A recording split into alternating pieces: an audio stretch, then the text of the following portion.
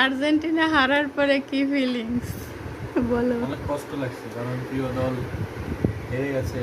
হ্যাঁ, কষ্ট তারপরে লাগাটাই স্বাভাবিক। তারপরে কেউ আবার বলছে যে ওরা নাকি চেষ্টাই করেনি। অবশ্যই চেষ্টা করছে, না হলে কি মানে 90 মিনিট পার হওয়ার পরেও কেউ খেলতে পারে?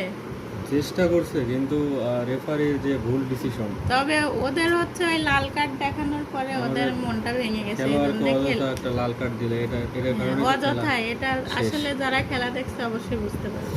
হুম। আজকের খাবারে আস্তে আস্তে মিক্স সবজি আর ইলিশ মাছ, ওতে লেবু সাথে লেবু। ফ্রি। মিক্স সবজিটা কেমন হয়েছে? ভালো হয়েছে, কালকের মতো স্বাদ হয়েছে। কালকের মতো না?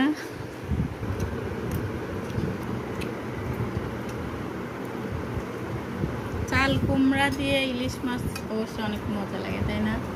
ঢাকাতে বলে জালি, আমরা বলি চাল কুমড়া।